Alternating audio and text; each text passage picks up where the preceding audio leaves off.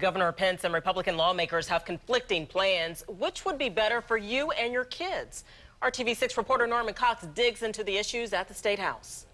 The governor and the Senate Republicans both think their plans would be best for Indiana's economy, but what do the experts in the field, the state's economists, believe? The Pence plan would cut the state income tax 10%.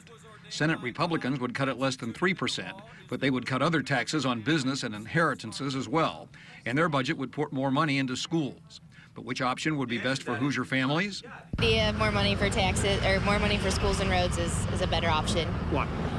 Because those are growth things that we need. I mean, we're not getting smaller. Our schools are looking to be more full. Like, they've got more people in them, and we need bigger schools. We need better roads.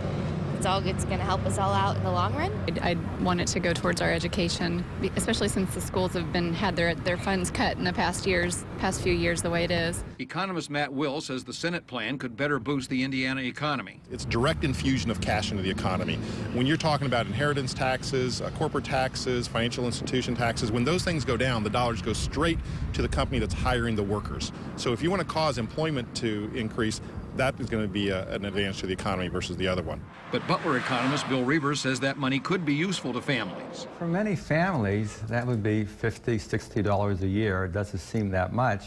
But on the margin, a typical family, those funds could be useful to help finance different expenditures. They wouldn't pay for anything in and of themselves. In the end, we may not find out which of the plans would be best because we may not get either of them. In the last 3 weeks of the legislative session, we'll probably see some kind of compromise worked out that'll be halfway in between. At the Statehouse, I'm Norman Cox, RTV6.